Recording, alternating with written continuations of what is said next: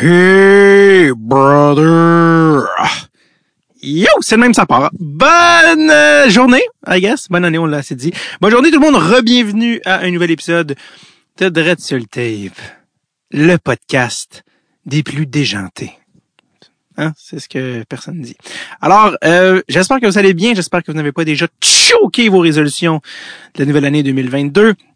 Merci énormément du superbe feedback qu'on a eu pour l'épisode de la semaine dernière avec monsieur Alexandre Carrier, défenseur des Preds de Nashville, qui sont étonnamment performants cette année. On s'attendait pas à ce que les Preds soient aussi compétitifs. J'ai regardé hier live, même une game.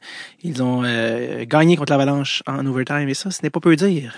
Gagné contre ce bon vieux Cale Makar, que évidemment j'étais allé voir jouer à Boston avec Chucky Pellerino, et ce avant qui joue dans la Ligue nationale. Donc, on est déjà... Le scouting va très loin. Et pour notre plus grand bonheur, Charles travaille très fort. Alors, épisode cette semaine, un nom que vous connaissez probablement déjà, monsieur Marc-André Bergeron, anciennement défenseur du Canadien de Montréal, le gars avec la bine à ligne bleue, si je ne m'abuse, numéro 47. Est-ce que je m'abuse? Numéro 47, gaucher, évidemment. J'ai cette maladie, point commun avec Gonzo et autres amateurs. Attention, tout... Et voilà. C'était le Q de Matou. Donc, épisode qui est dans la voie depuis un bon moment quand même. Je regardais puis je fais, oh mon Dieu, je l'ai enregistré, on l'a enregistré il y a beaucoup plus longtemps que je pensais. 24 juin 2021. Saint-Jean, gros Saint-Jean, Québec. 24 juin 2021. Je pense que c'était la fameuse journée où les Canadiens ont éliminé les Golden Knights. La pizza de Philippe Danault. Souvenir qui semble si lointain, hein, aujourd'hui. Qui l'eût cru? S'il y a 6 mois, t'avais dit Philippe Danault avec les Kings et Marc Bergevin, assistant GM en devenir avec les Kings. Ah là là! Les choses vont vite. C'est l'époque du virtuel. C'est le numérique! Aucun rapport. Alors, Marc-André Bergeron, que j'ai rencontré le 24 juin 2021, je vous rappelle, j'ai rien à rajouter. Oui, c'est ça, en fait, la seule mise en contexte, c'est que la raison aussi pourquoi on le reçoit, oui, sa carrière, mais il est directeur général, ou comme directeur gérant, comme disent les plus aînés, des Lions de Trois-Rivières, qui est l'équipe affiliée au Canadien de Montréal, non pas dans la Ligue américaine, mais bien dans la ECHL. Donc, la Ligue tout juste en dessous, qui était autrefois connue comme étant la East Coast Hockey League. Donc, East Coast, après ça, tu montes Ligue américaine, et après ça, Ligue nationale. Bref, toutes les équipes dans le giron du Canadien, là, donc, et qui sont géographiquement rapprochées. Des fois, souvent, c'est des équipes qui sont éparpillées un petit peu partout, puis que les équipes se partagent des filiales, des filiales mineures. Filiales. En tout cas, peu importe. Et donc, voilà. Donc, c'est ça. On y est. 24 juin 2021 pour la dernière fois. Voici mon moment avec Marc-André Bergeron.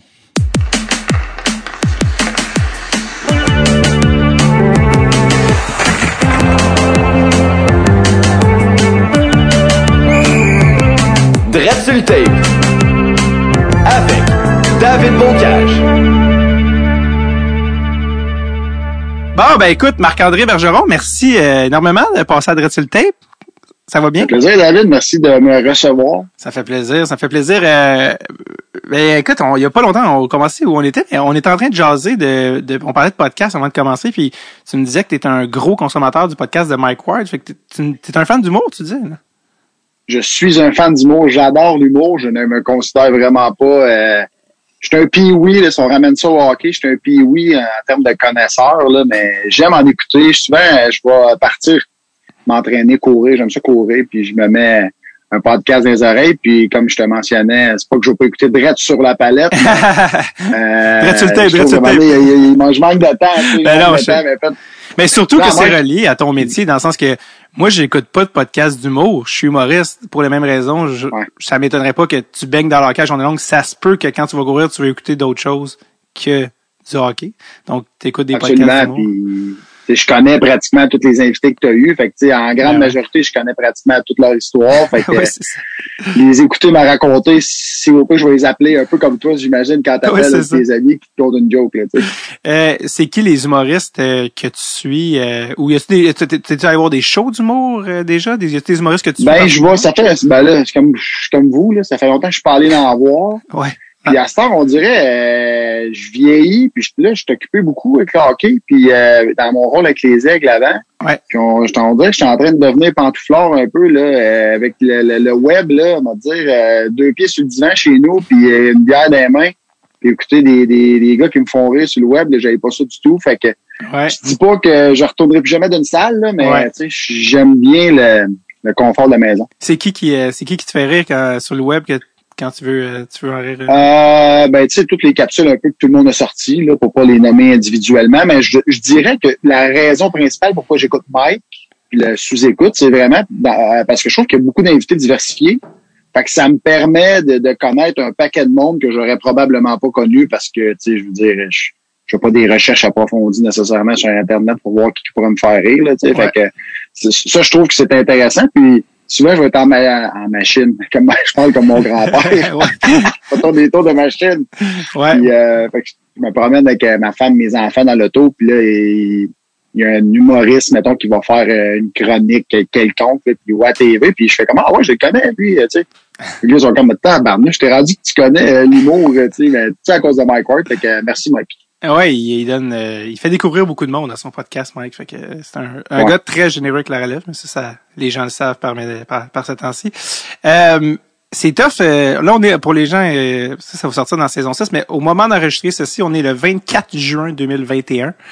C'est la Saint-Jean-Baptiste et également, en l'occurrence, aujourd'hui, le match 6 du Canadien-Vegas. On parle rarement du Canadien dans le podcast. Je parle d'un invité, mais on est tellement là-dedans. Ce moment, la ville, la province est en train de baigner dans la folie. Et toi, tu as eu la chance d'être sur l'équipe de 2010 qui s'était rendue en demi-finale. Je me souviens, j'étais dans le même appart il y a 10 ans, à une autre époque de ma vie. Et puis, qu'est-ce que ça te rappelle, tout ça, tu sais, de voir, là, puis là, que le Canadien est à une victoire de la Coupe Stanley, qu'est-ce que ça te rappelle comme souvenir? Ben, ça me rappelle le buzz que je sens, le buzz que tu parles, puis le buzz qu'on sent, là.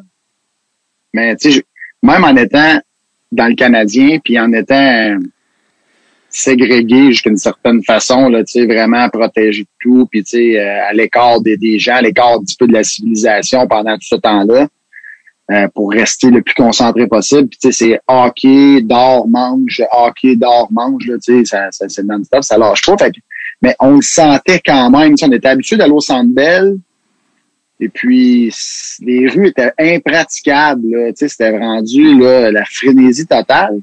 Puis, tu sais, sans trop tomber dans les détails. Puis, on dirait qu'aujourd'hui, là, 10 ans, 11 ans plus tard, je me rends compte que c'est pratique, c'est la même affaire, mais là, je le vis du partisan qui, le feeling, là, ben, ce feeling-là qu'on a, là, c'est tellement le fun. Je trouve ça tellement cool. Tu sais, moi, je veux dire, mon père, qui dans le temps prenait pour les Nordiques de Québec, une situation comme aujourd'hui, on dirait que ça rallie tout le monde, là. Ouais. Tu sais, il y a plus de j'aimais un ou j'aimais l'autre. À ça, on est des Québécois, puis on dirait que tout le monde fait comme genre wow, le Canadien est rendu là, puis c'est la folie. Là, qu'est-ce que les partisans savent pas que toi tu sais parce que tu l'as vécu du point de vue joueur? Qu'est-ce que tu aimerais que les partisans sachent?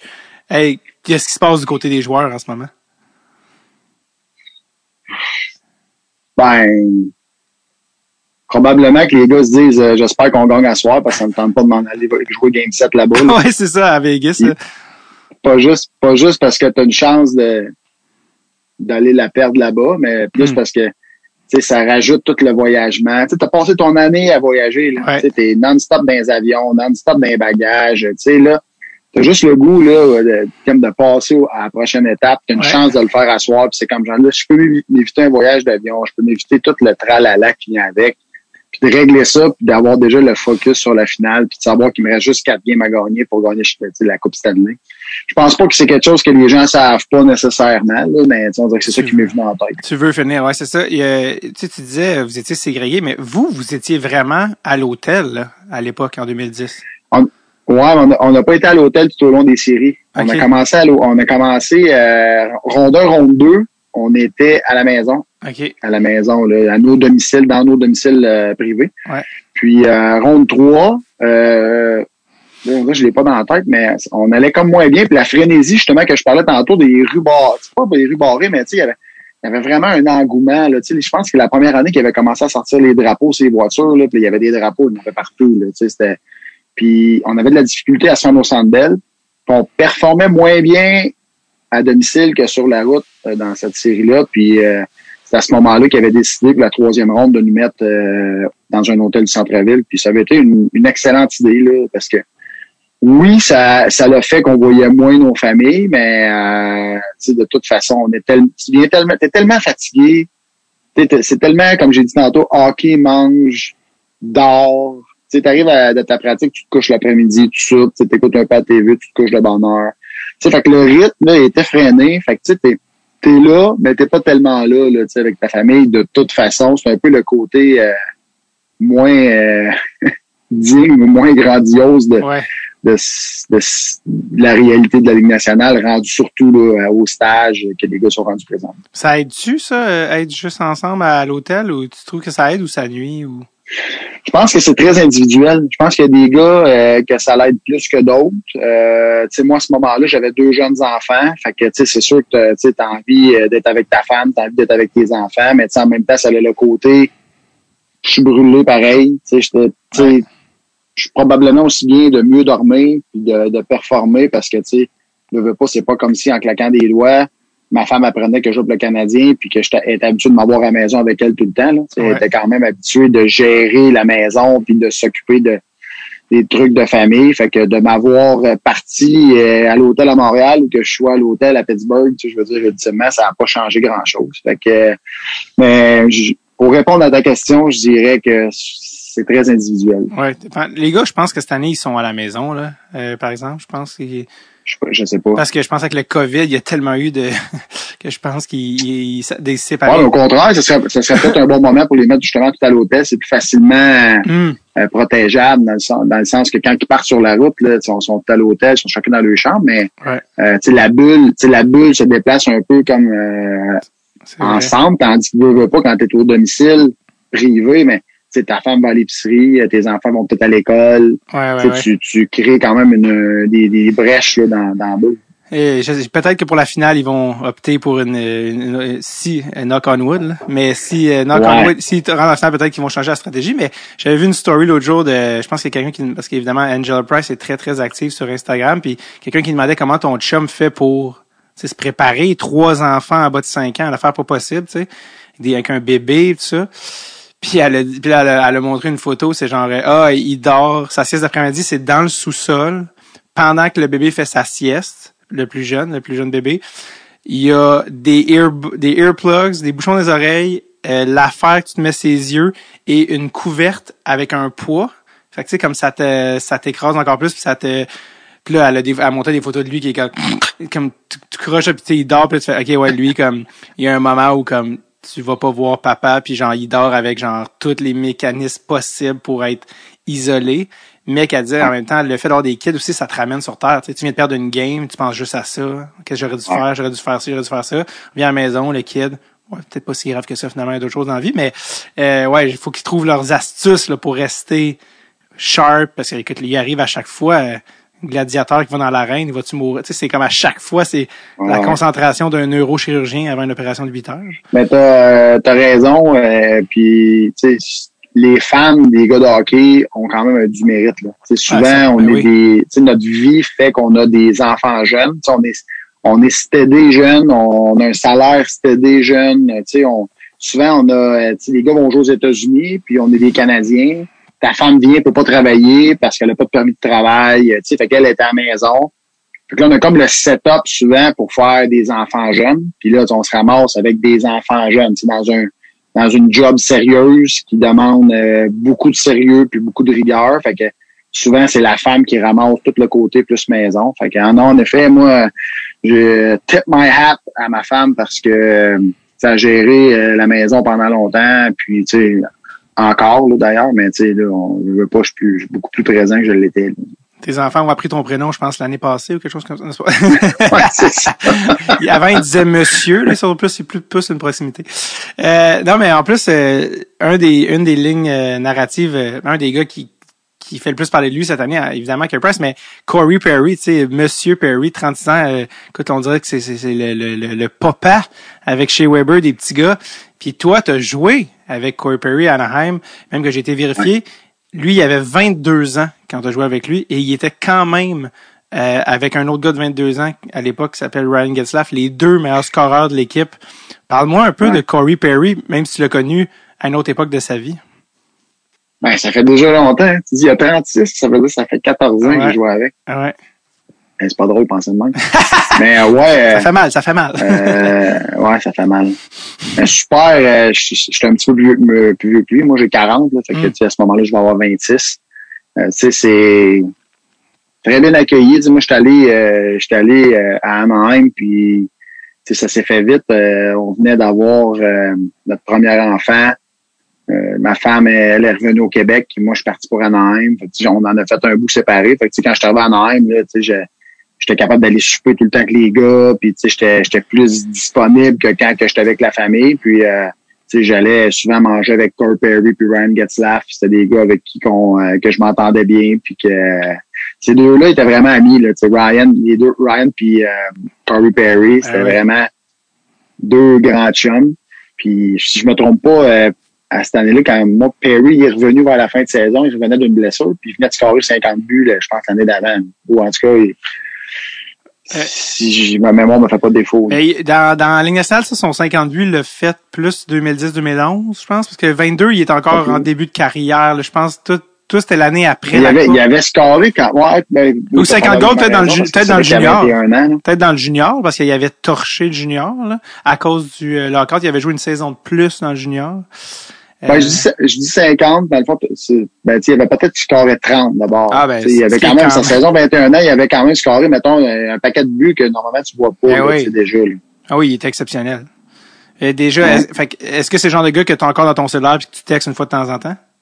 Non, je l'ai pas, mais tu sais, les gars, l'affaire, là, c'est que, puis j'essaie de le faire, mais tu sais, j'ai gardé quand même beaucoup de contacts dans le hockey. Mais l'affaire qui arrive, là, tu sais, c'est souvent, les gars, on déménage, là, tu sais, les numéros de téléphone changent. Fait que, ça vient comme dur de rester connecté avec tout le monde tout le temps, là. Puis, tu sais, je veux dire, c'est quasiment un job à temps plein, essayer de... Surtout moi, là, qui a joué avec quand même pas mal d'équipes. Un journeyman. Ah oui, on va y venir. Ouais, c'est ça. C'est quoi, selon toi, la grosse différence entre l'équipe de 2010 et celle de 2021, quand tu vois ça, là? Je pense que 2010, on était moins à notre place que eux le sont cette année. Là. Je veux dire, nous, quand tu regardes notre première ligne, notre meilleur pointeur cette année-là, je me trompe pas, c'était Thomas Plekanec, qui avait même pas un point par match, qui était pas nécessairement considéré comme un premier centre dans la Ligue nationale. On avait Scott Gomez, qui était très controversé, les gens trouvaient qu'il livrait pas marchandises, puis qu'il était trop payé, puis on avait comme un paquet de joueurs comme ça, si tu fais le line-up, là, que tu fais comme on n'était pas gros, on était une équipe relativement petite. Brian Jonta, Kamel Harry, moi défense. Fait que, on était vraiment une équipe, je pense, qui était négligée, puis que ça a fonctionné, mais cette année, ils ont beaucoup d'expérience, ils ont un top 4 à la défense qui sont, je veux dire, de première qualité. Gardien pour gardien, là, les deux, dans chaque année, les gardiens ont fait le travail. Je pense que ça, c'est une ritournelle qui va durer éternellement, là. Je pense que les équipes que le goaler vont être les meilleurs joueurs vont toujours se rendre loin en série. Tu peux pas, si tu donnes pas de but, là, mais tu peux pas perdre. Tu gagneras pas, mais tu pourras pas perdre. Fait que, je veux dire, ça va te mener assez loin pareil. Puis ça a été l'année à LAC 2010. C'est ça qui est ironique, c'est que le héros cette année, c'est incontesté, là, c'est Carey Price, évidemment. Puis l'année 2010, il était là, Carey, mais il était sur le banc. Mais si tu te rappelles bien, en 2010, les gens disent à Carey Price, Alak a pris la place à Price, mais dans la saison régulière, Alak avait gaulé plus que Price. Mm-hmm. Il était jeune. C'est pas comme si les deux étaient quand même jeunes. Ouais. Price était plus jeune, mais les deux, le ratio était quand même en faveur d'Alak pendant la saison. Fait que je pense que les gens voyaient Carey s'en tenir. Puis avec le recul, c'est probablement la bonne décision qu'ils ont prise de pas le mettre dans le feu de l'action. Puis sais, finalement, tu le brûles, puis peut-être qu'il aurait jamais été le gardien qui est aujourd'hui. Là, tu sais, c'est facile de dire ça, puis il l'aurait mis dans le net, puis peut-être qu'il serait replacé, puis peut-être qu'on aurait gagné pareil, tu sais, rendu le who knows. Mais je vais juste dire que Alak avait eu quand même un gros rôle cette année-là dans la saison entière. Là, tu sais. Ouais, c'est vrai que les gens oublient ce bout-là, mais à ce moment-là, c'était assez one-two punch là, au niveau des gardiens. Il y avait pas un numéro 1, numéro 2, puis Price avait tout de même bien 23 ans. C'était, pour un goaler, c'est jeune. Les goalers avant 27, là, avant 26-27 ans, à part Bennington, là, qui est arrivé justement au milieu de saison. Carter Hart, on l'a vu cette année, il y en a eu pour son rhume.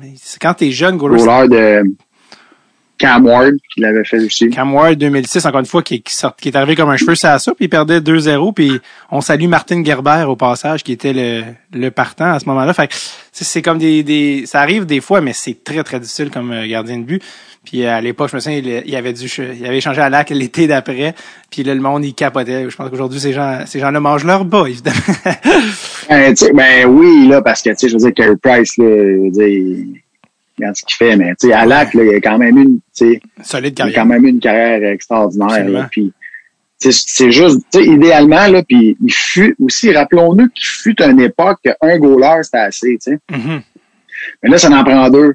Mais tu sais, si ça avait été cette période qu'on a aujourd'hui, recul d'une couple d'années, mais probablement que les deux seraient restés, puis ça aurait été un super de duo pendant des années de temps, tu sais. Ouais. C'est juste que, tu sais, à un moment donné, c'est des toughs, à un moment donné, c'est des gars qui patinent, à un moment donné, c'est des petits joueurs, à un moment donné, c'est des, tu sais, là, il y a comme une roue, puis il y a des cycles, puis là, on est rendu jusqu'on est rendu. Et puis c'est ça aussi, c'est que, tu l'as dit, on est rendu à deux goalers sans Jake Allen, on n'est pas dans les séries, là. Ouais, probablement. Tu sais, je veux dire, ça prenait quelqu'un parce que Carey était blessé une partie de la saison. Si quelqu'un t'amène pas dans les séries, tu peux pas la gagner. Là, il faut que tu te rendes là. Fait c'est là que tu vois qu'il y a une chance qu'il y avait quelqu'un qui a tenu le fort. Puis là, dans ce que Carey est arrivé au bon moment. Mais 2010, 2010, c'était plus surprenant, évidemment, là, comme équipe. C'était qui les leaders dans cette équipe-là? Les gars dans la chambre, les gars qui tiraient le train? Ça fait déjà longtemps. Scott Gomez, c'est un gars qui était très vocal, là. C'est un gars qui est très comique. Lui ici, j'ai pas vraiment écouté, mais je sais qu'il fait un podcast, là, puis semblerait-il qu'il est très drôle. Ouais, il vient de partir en affaire qui s'appelle Scotty Goes, où il va rencontrer des anciens coéquipiers sur la route. Mais oui, il est très présent sur les médias sociaux. Il raconte bien des histoires comiques, là, ouais. C'est ça. Ben, ça me surprend pas parce que un des gars les plus comiques avec qui j'ai joué, là, tu sais, c'est Scott Gomez. Fait quoi? Y a-tu une ou des histoires qui te viennent en tête, là, de Scott, qui je sais pas si c'était des pranks ou des histoires qu'il comptait ou qu'est-ce qu'il faisait? Ouais, peut-être pas tant des pranks, là, tu sais, pas du moins, c'est pas de ça que je me rappelle, mais c'est un gars qui verbalisait très bien, puis un gars, tu sais, très, très vif d'esprit, là, qui te sortait des affaires des fois que tu faisais, oh my God, je peux pas croire qu'il a dit ça, là, tu sais. Genre. Fait que, ben, tu sais, non, j'ai pas d'exemple, mais dans le sens mais le plus drôle avec qui j'ai joué, puis il me faisait brailler quasiment, c'était rendu comme une habitude, là, puis c'était Martin Saint-Louis, là. Martin Saint-Louis, là, en embraillé, en s'habillant avant un game, là, tu sais, en attaché mes patins, puis, tu sais, les lames me coulaient, là.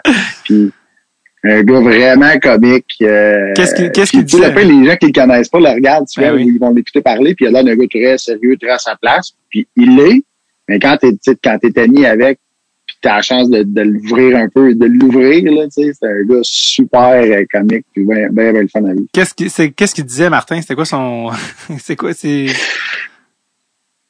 Il disait un autre pareil, là, tu sais, dans le sens, c'est à la Scotty Gomez un peu, là, tu sais, un gars, tu sais, très vif d'esprit, qui... De la répartie. Beaucoup de répartie. Ouais, vraiment une excellente répartie, là. Du genre de gars qui, tu sais, je vais dire ça, vous allez me dire, c'est impossible, nous autres, les humoristes, on est meilleurs que ça. Le genre de gars, selon moi, qui pourrait être humoriste, là, tu sais. Il s'y met un peu, il travaille, d'après moi, tu sais, il est naturellement comique, tu sais, puis il y en a qui l'ont pas, lui, il manque. Mais Martin, en plus, je sais pas, est-ce que tu sentais un bond aussi, le fait que vous êtes québécois, il fait en lâchant en français, tu sens-tu que en français, tu avais accès à un Martin Saint-Louis que peut-être les Anglos avaient pas accès? Ben, c'est sûr que le fait francophone, tu sais, québécois, renforcer une relation, ça c'est sûr. Mais tu sais, maintenant, on vient tellement habitué, là, surtout un coup dans la chambre, dans la Ligue nationale, de parler en anglais, puis de vivre en anglais, puis tu ça fait pas une si grosse différence à l'aréna. C'est sûr que le soir, quand on va souper ou quand on devient plus dans nos temps à nous, ben, on a plus tendance naturellement à se diriger vers nos nations, si on veut le dire. On peut dire ouais. Les Russes souvent vont se tenir ensemble, puis les Suédois vont se tenir ensemble, puis c'est un peu comme ça. Là, il va y avoir des mix à l'occasion, mais plus souvent qu'autrement, tu retrouves les groupes là, de chacun des pays qui vont se faire ensemble. Ouais. On parlait des leaders dans la Chambre en 2010. Mike Camilleri avait eu des grosses séries cette année-là. Il était en train de... Il potait, puis il était en train d'être en train de... Il était à la poursuite du record, je pense, de Vincent D'Anfous pour le plus de goals en série, ou je sais pas trop quoi. Puis j'avais entendu à quelque part qu'il avait pris le lead un peu dans le vestiaire, puis qu'il allait au board, puis qu'il disait « Là, le jeu, on va faire telle affaire, vous allez me l'envoyer ici, puis je vais te faire ça. » Puis les gars étaient comme... On l'écoutait, puis on n'avait pas le choix, parce qu'à chaque fois, on le faisait, puis ça marchait. Il scorait, fait qu'on était comme... Tu tiens-tu de ça? Perso, je me rappelle pas de ça. Ça me surprend pas que... Ben oui, je sais Mike Camilleri avait un rôle de leader dans l'équipe. Mais puis, j'aurais pas dit ce que tu viens de dire, mais à t'écouter, oui, c'est un gars qui était bon, tu sais, comme on dit, les X&O's, là. Ouais. Il était bon comme pour penser à des jeux, puis il était bon pour créer des patterns qui étaient pour être à notre avantage. Puis oui, c'est vrai qu'il faisait ça, mais tu sais, j'ai pas vraiment de détails. Là, je me rappelle, ça fait déjà 10 ans, on dirait que des bouts, j'en fais des bouts, puis imagine, j'ai pas vraiment fait de commotion dans ma carrière. Ben, ouais, en plus, les gens parlent des séries, mais je sais pas ça si tu t'en souviens. Ça, probablement que tu t'en souviens. C'est toi qui as marqué le but qui a permis aux Habs d'aller en série cette année-là. Ça, tu t'en souviens. Je me rappelle. Ouais, je me rappelle. C'était contre... C'était contre quelle équipe? C'était pas Boston? Je pense que c'était Toronto. Je pense. Oui, t'as raison. Contre... comme dirait Don Cherry, J.S. Giguère. C'était contre Jean-Sébastien Giguère. Tu avais marqué, évidemment, de ton classique slap shot de la ligne bleue. Et ça avait été le but qui avait permis aux Canadiens de rentrer 8e en série. Et puis, bon, le reste, c'est de l'histoire. Puis après ça, tu avais marqué, je pense, Game 7 contre Washington. 7. Ouais. Puis c'était le premier but du Canadien, je pense. Ouais, on a gagné 2-1, je scorais le premier but de la game. Ouais. Oui. Est-ce que tu te souviens qui avait compté le but gagnant pour le Canadien? Ouais, Dominic Moore. Bonne réponse! Ting, ting, ting, ting! Et voilà. Bang, bang, bang, bang. Ton toutou s'en vient, il est dans la poste. Ouais, c'est ça. On va mettre un petit chèque là-dedans. Mais oui, bref, des bons souvenirs. Je sais pas si c'était-tu dans ces séries-là, je sais pas pourquoi, quand je sais que je te recevais, il y a plein de flashs d'affaires qui me reviennent. Un moment donné, je pense que tu devais t'en retourner, toi tu viens de Trois-Rivières, fait que tu devais t'en retourner à Trois-Rivières, puis t'as appelé dans une ligne ouverte à radio. Je suis pas fou, là. Je me souviens que t'as fait ça. T'en souviens-tu? Ouais, c'est vrai. Dans le fond, j'aimais bien écouter la gang de 98.1 Choix Radio X à Québec. OK. Jeff Fillion. OK, oui. J'aimais bien ça, les écouter. Puis, d'après moi, je vais quand même m'approcher de Trois-Rivières parce que d'après moi, à Montréal, ça pogne pas, là. Puis c'était pas Jeff Fillion qui est en ligne, ou Jeff est en ligne, qui travaillait, mais avec son acolyte Yves Landry, peut-être. Yves Landry, là, je m'excuse pour cette dite personne. Mais fait que ouais, les gens, ils bitchaient là, contre nous autres. Ils disaient que dans le fond, si c'était pas de Carey Price, on serait pas là, puis blablabla, là, tu sais. Puis là, j'avais fait tu sais, je parle aux médias tout le temps, là. Fait que moi, m'a appelé comme si, dans le fond, je me colle une entrevue, tu sais, en descendant. Fait que j'avais appelé, puis là, ça avait viré bizarre. Il m'avait comme pas replacé, tu sais. Il était sûr, j'étais pas annoncé rien, là, tu sais. J'avais comme appelé comme Régent de Terrebonne qui pogne le téléphone, qui décide de faire un coup de téléphone, mais tu sais. Puis tu sais-tu qu'est-ce qu'il a dit, le gars? Je pense qu'il était comme, là, on a un gars, parce que tu sais, il t'appelle. Alors, je parle à qui? Marc-André Bergeron. Marc-André Bergeron. Mais t'es pas, tu sais, ça peut être... T'étais où hier? Il dit, t'étais où hier, toi, pour la game? Ben, j'étais sur le banc. Hein? T'étais sur le banc? Tu veux dire, sur le banc, tu sais? Parce que je m'en rappelle, parce que je me suis fait reparler quand même plusieurs fois, là, de cette entrevue-là. Surtout quand je donne des entrevues à Québec. C'est quasiment automatique qu'il m'en parle, là, tu sais. Fait que finalement, là, il avait comme fini par allumer. Puis j'avais dit que, tu sais, dans le fond, là, tu sais, Carey Price, c'est dans notre équipe. Tu sais, c'est comme dire, Mercedes gagne parce qu'ils ont Lewis Hamilton. Ouais, mais il est dans l'équipe de Mercedes. Tu sais, je veux dire, dans leur équipe, ils ont choisi de l'avoir. Tu sais, c'est nous autres que Pace, c'est notre goaler. Ou ben, tu sais, Alex, c'est notre goaler ou whatever, tu sais. Mm-hmm. Fait que c'est un peu ça, là. C'est un peu ça, je pense, qui avait été dit puis qui s'était passé, mais. Parce que je me souviens que le gars, il catchait pas pis t'avais dit, oui, Marc-André Bergeron, pis il était comme, ouais, mais là, pis là, tu vois qu'il regarde son distributeur d'appel puis qu'il est comme pas sûr, mais pas le joueur du Canadien, pis t'avais dit quelque chose genre, ouais, numéro 47 avec le gros slap shot, pis il a fait comme, OK. Puis là, il se demande si c'est un prank. Là, David, là, t'es un vrai nerd, là, de hockey, c'est vrai, là. Tu te rappelles des affaires, là, Écoute, j'en ai un autre en plus qui s'en vient après ça, que je me souviens que personne t'a parlé, mais juste avant, parce qu'on est sur l'affaire de quand t'as appelé dans la ligne ouverte, les joueurs du Canadien, puis je veux dire, quand t'es pour le Canadien, là, t'es dans une, comme on dirait en cinéma, t'es dans la matrice, là. Tu sais, tu peux pas faire ce que tu veux tout le temps, là, tu sais, parce que faut que t'appelles Beauchamp ou Deschamps, en tout cas, le gars qui s'occupe des médias, puis tu sais. Les joueurs sont sollicités de partout, c'est la folie, le Canadien au Québec, tu sais. Bon, bref. Ça pour dire, toi, t'as pris l'initiative d'appeler d'une ligne ouverte, tu sais, pour donner ton opinion. Est-ce que tu te l'es fait dire par le responsable des communications? Non, je pense que, tu sais, ça avait été, tu sais, ultimement, ça avait été bien fait, puis il y avait plus vraiment, ça avait fait jaser, là, tu sais, mais. Ouais. Mais pas. Non, il m'en avait pas parlé, puis je pense qu'il n'y a pas un joueur non plus qui m'en avait parlé, là. Tu sais, nous autres, ça avait comme passé.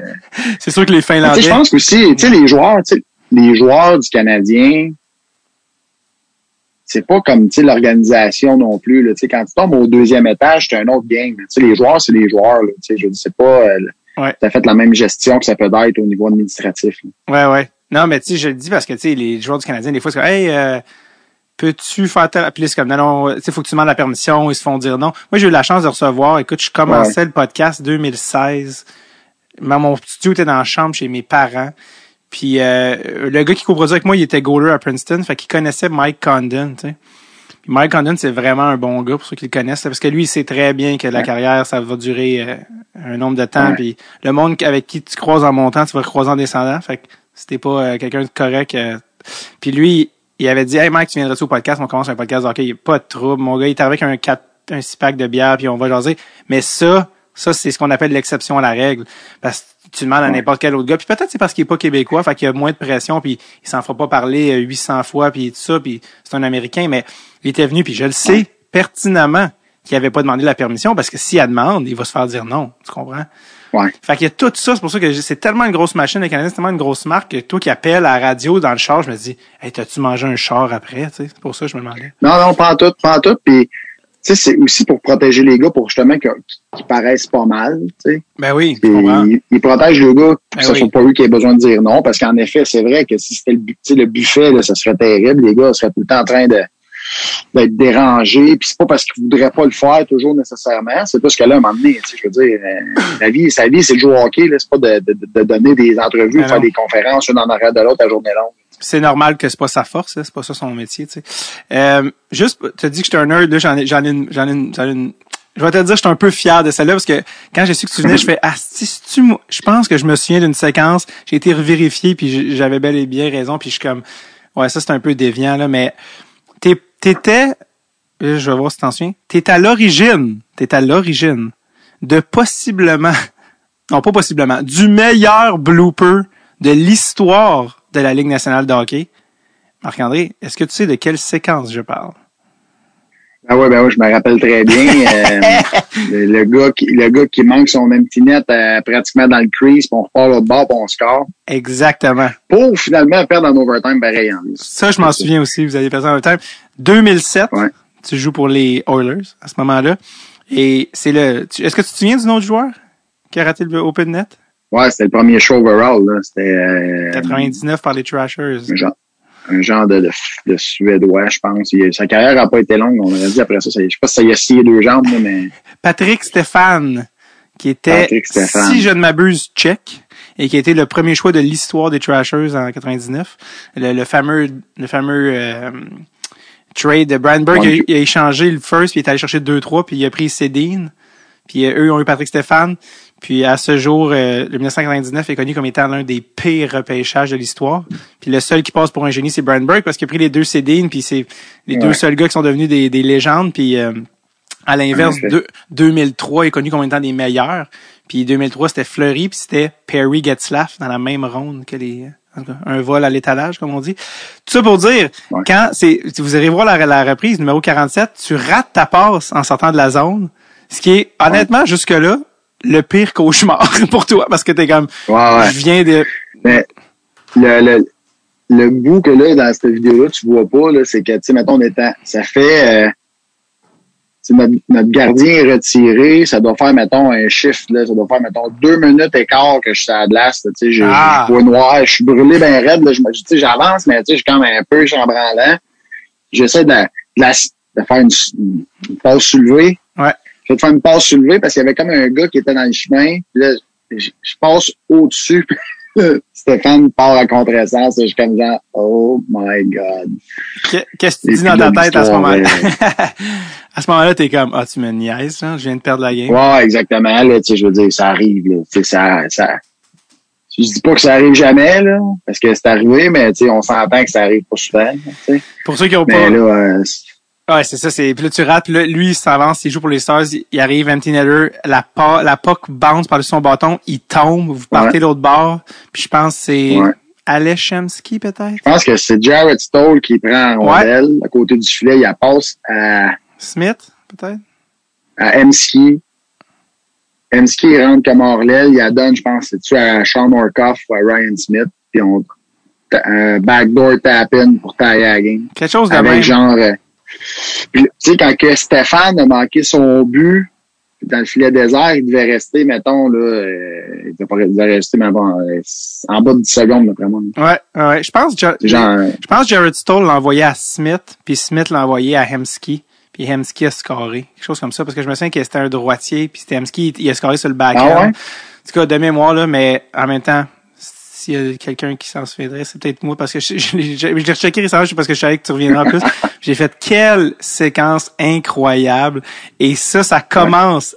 Ce bonbon-là existerait pas si t'avais pas raté en faisant une erreur. En faisant une erreur, ça a donné une erreur pire.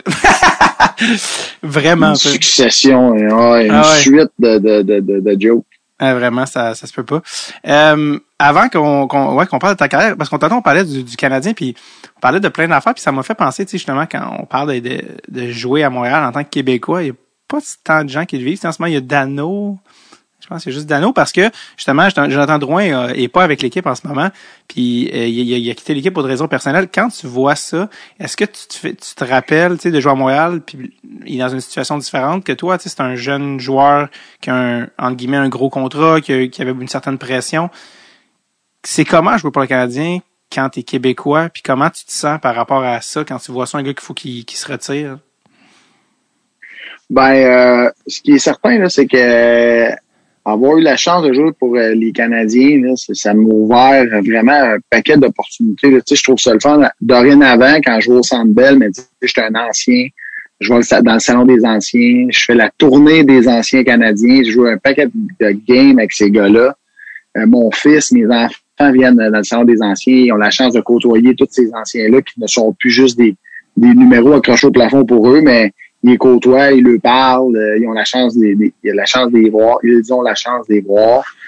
Et puis, fait que toute cette poutine-là d'anciens, là, je trouve ça vraiment une super de belle chance. Puis, tu sais, de jouer des matchs, là, j'ai vraiment développé des relations. Tu sais, je connais tous les gars, pratiquement, là, tous les gars. Puis,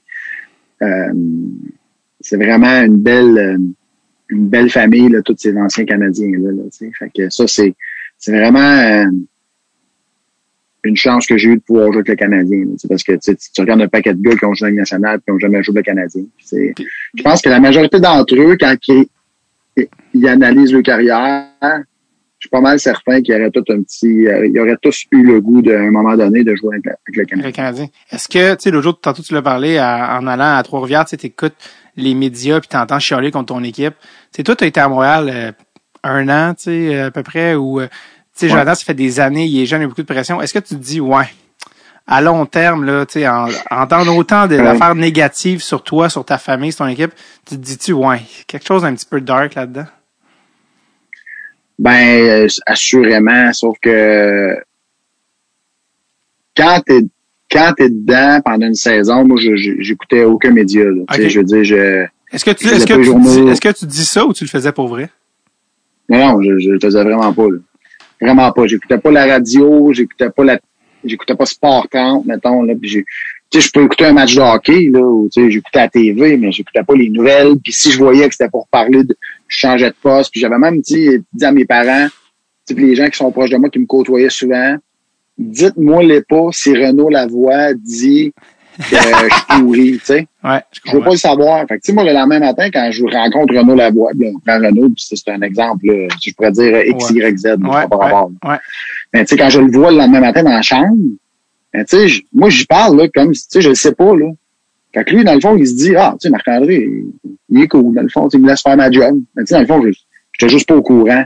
Ouais. Puis j'ai trouvé ça de cette façon-là, c'était la meilleure manière de pas commencer à avoir des grunges un peu à gauche et à droite, puis tu sais, de commencer à tout le temps. Puis tu sais, jouer avec le Canadien à Montréal, quand que ça va bien, c'est facile, c'est le fun. T'as tous les bons côtés. Puis c'est sûr, puis moi, en 2010, c'était ça, on a eu une bonne année. Personnellement, j'ai eu une bonne année. On s'est rendu loin en série.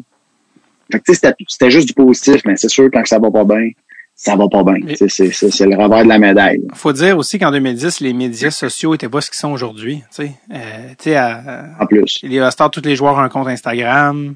Fait que là, tu te fais écrire direct. Tu sais, ça fait pas longtemps dans notre tête, mais ça fait longtemps en termes de technologie, parce que, mon Dieu, que c'était un autre monde, tu sais. Il y a ça aussi que tu fais, il y a une autre coche, là, tu sais. Avant, les gens qui créaient dans leur salon, ils t'écrivaient pas personnellement. Tu sais comment ils pouvaient pas? Il y avait quelque chose. Non, c'est sûr, mais j'aurais probablement utilisé la même technique, là. Tu sais, je veux dire, si tu sens que ça te dérange, ben, tu sais, martyrise-toi pas toi-même à aller vivre tout ça, tu sais. Ouais. Préserve-toi. Au pire, désabonne-toi, assure-toi qu'il y a quelqu'un qui le gère pour toi. Tu sais, il y a bien des solutions quand même, là, je veux dire. Que s'il y a des jeunes Québécois qui écoutent, qui jouent pour le Canadien, ou s'il y a un conseil, tu sais, à donner à un jeune Québécois, peut-être de juste bloquer tout, c'est probablement la meilleure manière de se préserver. Non, mais ça, c'est pour un type de personne. Il y en a d'autres qui filent peut-être de ça aussi. C'est vrai. C'est les... Tu sais, je veux dire, on n'est pas tout affecté de la même façon, puis tu sais, il y en a qui gèrent mieux ça que d'autres, puis tu sais, il y en a qui ils vont rire à la limite là, de se faire écrire que t'es un esti tout croche. Ouais. Fait que je pense que c'est ça. Je pense que c'est vraiment, encore une fois, à la pièce, puis c'est de s'écouter. Tu sais, si t'es pas capable, puis ça te rend malheureux, mais tu sais, shut it off. Arrête. T'as eu une super belle carrière qui t'a mené dans plusieurs ligues, mais si on regarde dès le début, t'as pas été repêché, Marc-André. Et j'en ai reçu beaucoup des gars qui ont pas été repêchés. C'est-tu quelque chose parce que là, tu sais, on va regarder tes chiffres, là, tu retournes voir ça. On rappelle aux gens que tu es défenseur. Je répète, défenseur. Il faut leur dire parce que quand tu as 101 points en 69 games dans le junior, on pense pas exactement à un défenseur, là. 1,5 point par match. Ta dernière saison à 20 ans. Et tantôt, tu m'as dit je peux te couper n'importe quand, et là, je te coupe. Vas-y. Je n'ai une bonne pour toi. Là. Vas-y. Ça me fait penser à quelque chose. Vas-y. Je n'aimerais pas les coachs, mais c'est arrivé à plusieurs reprises de me faire dire, là, Marc-André, en passant, on arrive à la fin de la deuxième période, je t'ai pas vu patiner du reculon encore aujourd'hui. Il serait temps que tu joues à la défense un peu, là. Est-ce qu'il y avait raison ou c'était... Ouais, oui, mais il y a une des phrases là, que je m'étais fait dire assez jeune, là, puis que je trouve tellement c'est vraiment ça, là, tu sais. C'est pas parce que tu patines pas du reculon que tu joues pas à la défense, là, premièrement, tu sais. Mais tu sais, c'est une expression anglaise, là, mais tu sais, c'est plan your exit as you're going in, tu sais. Fait que moi, à chaque fois là, que je rentrais dans le jeu offensivement, là, en zone offensive, mais tu sais, je savais déjà que tu sais, si je sentais que la bouilloire se mettait à bouillir, là, ben tu sais, j'avais déjà comme planifié ma sortie, tu sais. Fait que souvent, je gardais mon momentum, puis whoop, j'étais revenu, puis tu sais, j'étais capable de mettre de la pression sur le porteur de la rondelle, pareil, tu sais. Ouais. Fait que, tu sais, il y a comme une ligne très mince entre, tu sais, être un pied trop loin qui fait que t'es plus dans le jeu quand tu reviens, puis d'être juste à la bonne place qui fait que tu as bien planifié ta sortie tout en appuyant l'offensive. Tu sais, là, c'est un jeu dangereux, mais quand tu le maîtrises bien, c'est vraiment un avantage pour tout le monde, les attaquants. Puis, Mais oui, puis il faut pas non plus trop limiter. Tu sais, je veux dire, imagine qu'un coach avait dit ça à Bobby Orr. Tu sais, c'est comme, ben là, il est en train de changer la game à sa position. Laisse-le peut-être patiner par en avant. Tu sais, puis ça en étant un bon défenseur. Ouais, je me comparerais pas à Bobby Orr. Non, mais je voulais. Je pense chacun a son style. Je voulais juste dire, tu sais, que c'est possible d'être offensif et d'être bon défensivement, tu sais. Comme plein de joueurs dans la Ligue nationale en font la démonstration, là. Mais c'est ça, quand à 20 ans, parce que tu peux être repêché, même late, là, 19, 20 ans, tu fais 101 points en 69 games. Comment ça fait qu'il n'y a pas une équipe qui fait, bon, regarde, en 7e ronde, toi, à l'époque, il y en avait même 9, 12, on va prendre une chance sur le flot. Tu sais, pourquoi il y a personne qui prend une chance? Ou t'avais-tu des contacts avec eux? Qu'est-ce que tu te faisais dire? C'était quoi l'impression? Je venais de gagner, en plus, défenseur de l'anneau au Canada. Là, ah oui? Je sais pas. 101 points. Je sais pas. C'est sûr que, tu sais, je mesure pas tout à fait de 5 et 10. Là, on va dire 5 et 10 pour les médias. Là, mais pour le DB. C'est 5 et 10, 190. J'étais pas un gros bonhomme. On était dans un cycle de, tu sais. Ma première année que j'ai joué dans la Ligue nationale, les règlements n'étaient pas changés encore. Là. Il y avait encore l'accrochage, il y avait là, tout ce qui venait avec. Là, fait que c'était pas nécessairement le fit parfait pour moi. Avant le premier lockout, ben oui. On prend une brève pause juste pour que je vous dise un petit coucou de la part de nos amis chez qui tout le monde ensemble? Manscaped! Oui, tout le monde! Alors que vous avez déjà choqué vos résolutions de l'année qui sont pas importantes, on s'en fout, tu peux en manger du chocolat, mais celles qui sont importantes, comme s'occuper de vos testicouilles, ça c'est important. Et Manscaped est là pour ça. Et justement, leur trousse Performance Package 4.0 de Manscaped. Performance Package 4.0. Et là, pour vous prêter main forte, la nouvelle trousse avec tout ce que vous avez besoin pour vous occuper de votre Johnson, c'est là-dedans. Il y a déjà 4 millions d'hommes à travers le monde qui font confiance à Manscaped. Faites comme eux et utilisez le code DST20 au manscaped.com. Tu seras au manscaped.com, DST20, 20% de rabais et l'expédition gratis pour commencer l'année sur le bon pied ou sur la bonne cling couille. Attention, mauvais jeu de mots. Je vais déjà parler du Lawnmower. Je t'ai parlé aussi du Crop Reviver, du Crop Preserver, les parfums à testigos. Ben, le parfum, en fait, les désodorisants. Eh bien, en plus de tout ça, pour commencer évidemment l'année avec vos bijoux de famille complètement illustrés grâce à Manscaped, il y a même aussi dans le Performance Package, le sac de transport Shed, là, pour tout ranger les petites surprises de manière très commode. Et il y a même également là-dedans le caleçon boxeur anti-frottement Manscaped qui est inclus dans la trousse pour que votre Johnson & soit super à l'aise et se sente au 7e ciel. Je vous le dis, tout est dans cette trousse-là.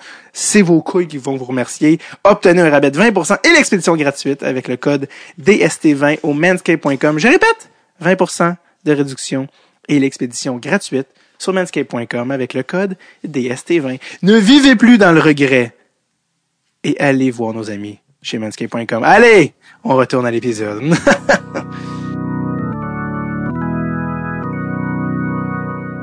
Ta première saison pro, tu l'as joué à Hamilton, qui était le club école mix entre les Oilers puis les Canadiens. Et ton club... Pas la première année. Pas la première année, ok, après ça l'est devenu. Tout ça pour dire, ton coach en chef était nul autre que? C'était Claude Julien. Exactement. Qu'on a vu jusqu'à tout récemment cette année. C'est un gars, tu sais, qui a l'air d'un bon monsieur, mais on le connaît pas vraiment, Claude Julien. Puis surtout pas comme on entend beaucoup de choses sur lui. Il a quand même été 10 ans à Boston, puis il a gagné la coupe, puis il a des médailles d'or olympiques. Mais c'est quoi ton souvenir de Claude Julien? Il était comment comme coach, Claude Julien? Ouais, ça fait longtemps. Ça se peut aussi qu'il t'a pas marqué, tu sais, mais. Pas grand chose à dire sur Claude. Je pense que c'est un gars qui. Un coach de hockey, là, dans le sens que, tu sais. C'est comme un boss, là, d'une certaine façon. Tu sais, je veux dire. Ouais, aussi. Tu sais, les joueurs. On connaît pas tant que ça, là, qui sont en grand amour avec le coach, là. Tu sais, je veux dire. comme n'importe qui a un boss. Tu sais, en général, ton boss, c'est ton boss. Là, tu sais, Ouais, il y a cette relation-là. Moi, j'ai jamais soupé avec Claude Julien. Là, Ben j'ai jamais pris une bière avec Claude Julien. Là, je veux dire, fait que, surtout je le pas. connais comme le gars qui venait me dire fais ci, fais ça. Là, puis, il faisait bien son travail. Puis, ultimement, on avait des bonnes équipes. Fait que, mais tu sans plus, j'ai pas rien de négatif, rien de trop de Ah plus, non, je voulais pas déterrer des eaux. J'étais juste par curiosité qu'est-ce que t'avais parce que c'est un gars qui a roulé sa bosse. Je pense aussi beaucoup depuis. Là, je pense qu'il est pas nécessairement le coach qui était non plus quand il t'a coaché. Je veux dire, pour s'il y en a qui veulent se remémorer quelle époque, là, quand tu regardes qui avait sur ton roster, ça rappelle des vieux posters, mais toi, là, toi, c'est la deuxième année, tu vas parler, c'est certain, là. De quoi, ça? Moi, tu vas parler de ma deuxième année. À Hamilton? À Hamilton. Qu'est-ce qui s'est passé? Celle qu'on a perdu en finale de la Coupe Calder, ça? Tu regardes, là? Ça, ben non, en fait, ces années-là, là, en fait, tout ce roster-là, mais cette année-là, qu'est-ce que t'avais envie de dire qui venait par rapport à cette année-là, c'était avec Claude? Ben, parce que la première année, on était vraiment juste à Edmonton. OK. Puis la deuxième année, j'ai joué la moitié de saison, à peu près, là, peut-être 35-40 games avec Hamilton. Puis la deuxième année, nous étions Edmonton-Montréal ensemble. OK. Puis là, cette année-là, les noms que tu t'apprêtes à nommer, les gens vont comprendre. Ça va être parfait. Moi, je te fais ton intro. Ben, après 35-40 games, on a un paquet des joueurs, on s'est tout fait envoyer dans les équipes de la Ligue nationale. Puis Montréal, je pense qu'ils n'ont pas fait les séries. Puis nous, on s'est rendu, on a perdu en première ronde. Puis ils ont tous renvoyé ces gars-là à Hamilton. Fait que là, t'avais toute qu'une équipe, là, mais on sentait que personne n'avait le goût d'être là parce que nous autres, nos têtes, là, on était tous rendus des gars de la Ligue nationale. Fait que là, on était comme, on se tourne dans les mineurs. Ah, ça ne tentait pas, tu sais. Mais, je t'invite, là, nomme-les les noms, là. On avait vraiment de la proie. Je sais pas, qui le dit, je sais pas si c'était cette année, mais tu sais, Plekanec était en début de carrière, là. Il commençait. Mais il y avait aussi des vétérans qui retombaient, genre Marius Tcherkowski, là. Genre, lui, je sais pas. Oui. Tu sais, genre, qui avait comme. De Montréal. Oui, qui avait 30 ans, mais tu sais, il y a les noms, moi, qui captent mon attention aussi, c'est des gars, genre, Marcel Ossa, qui est un choix du programme du Canadien. Mais tu sais, il y avait des vieux de la vieille que les plus jeunes connaîtront pas, mais Igor Ulanov, qui était défenseur. Ah, ouais. Il avait même joué une coupe de game dans la Ligue américaine cette année-là, à ma surprise. Mais ça pour dire que cette année-là, en plus, ça, vous étiez, j'avais même oublié que vous étiez rentré en finale de la Coupe Calder. Puis, mais tu sais, à défense, je vais en nommer quelques. Ouais, vas-y. Il y avait Ron Hainsey, qui est un choix qui était un choix de première ronde du Canadien. Ouais, Beauchemin, ouais. Il y avait Mike Komsarek. Ouais. À l'attaque, il y avait Jarrett Stoll. Il y avait Rafi Torres. Il y avait il y avait c'est parce que je veux les dire en plus, là. Écoute, on avait une équipe, c'était pratiquement la totalité de l'équipe que c'était des gars de la Ligue nationale. Là. Ouais, vraiment solide.